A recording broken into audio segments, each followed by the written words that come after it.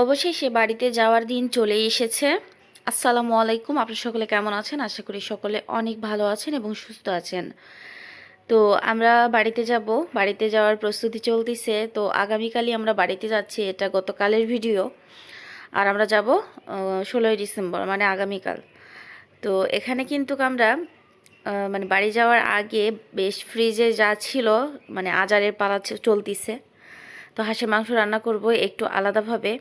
তো প্রথমে আমি সুন্দরভাবে বেশ 1 কেজির মতো হাঁসের মাংস, আর এখানে প্রায় আধা কেজির উপরে পেঁয়াজ আছে।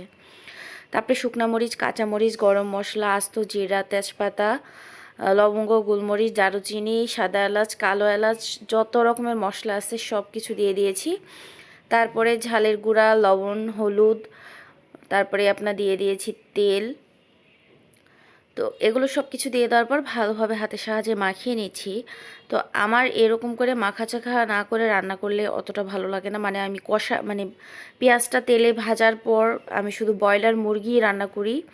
তাছাড়া আমি দেশি মুরগি বলেন, তারপর হচ্ছে আপনার হাঁস, গরুর মাংস, আমার এগুলো একবারে মাখায়ও দেই। তারপরে আপনার এভাবে পেঁয়াজটা আগে ভালোভাবে মাখায়ে তারপরে পেঁয়াজটা কষিয়ে নেওয়ার পর মাংস দিয়ে রান্না করি। তো এই দুইভাবে বেশি রান্না করি। আমার ওই যে পেঁয়াজটা তেলে ফ্রাই করে আমি সাধারণত এগুলো রান্না করি না। তো আমাদের কাছে এই টেস্টটাই বেশি ভালো লাগে, এই জন্য এইভাবে রান্না করি। তো রীতিমতো সুন্দরভাবে পেঁয়াজে যত পানি ছিল মিডিয়াম আছে জাল করে সব সুন্দরভাবে মানে শুকিয়ে নিয়েছি, এবং এর মধ্যে পেঁয়াজ কিন্তু সুন্দরভাবে গলে গিয়েছে। তো আরও ভালোভাবে প্যাচলারের সাহায্যে ভালোভাবে নাড়াচাড়া দিয়ে পেঁয়াজটা একদম পানিটা শুকিয়ে ফেলেছি। তারপরে একটু মাখো মাখো হয়ে আসলে আমি দিয়ে দিলাম হাঁসের মাংস। তো হাঁসের মাংসগুলো সুন্দরভাবে দিয়ে দেওয়ার পর ভালোভাবে একটু পরপর নাড়াচাড়া দিয়ে একবারে ঢাকনা দিয়ে ঢেকে রেখে দিব।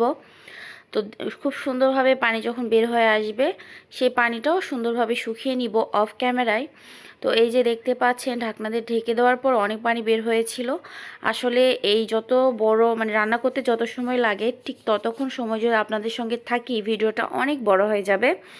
আর আপনারা তো বড় ভিডিও দেখার মতন ধৈর্য আপনাদের নাই, মানে কারোই নেই, আপনাদের কেন, আমিও নিজেও একটা ভিডিও দেখতে লাগলে একটু বেশি সময় ধরে হলে আমিও টেনে টেনে দেখি আর কি।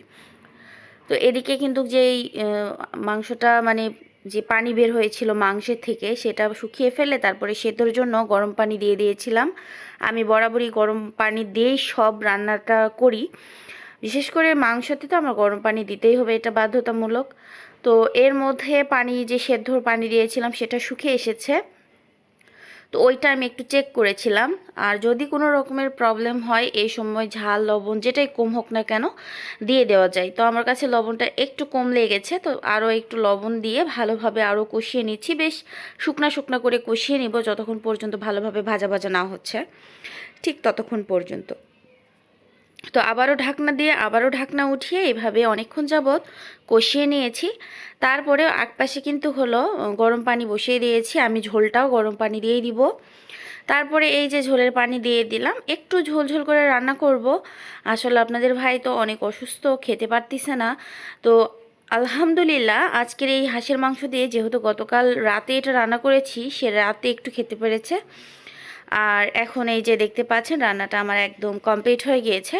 এখন এই যে ঝোলটার উপরে আমি জাস্ট টালা জিরা দিয়ে নামিয়ে নিব। তো আজকের এই অন্যরকমভাবে হাঁস রান্না আপনাদের কাছে কেমন লেগেছে অবশ্যই কমেন্টে জানাবেন। ভালো লাগলে লাইক, কমেন্ট, শেয়ার, চ্যানেলটিকে সাবস্ক্রাইব অ্যান্ড ফেসবুকে ফলো দিয়ে রাখবেন। দেখা হচ্ছে নেক্সট ভিডিওতে। ততক্ষণ পর্যন্ত ভালো থাকুন, সুস্থ থাকুন। আল্লাহ হাফেজ, আসসালামু আলাইকুম।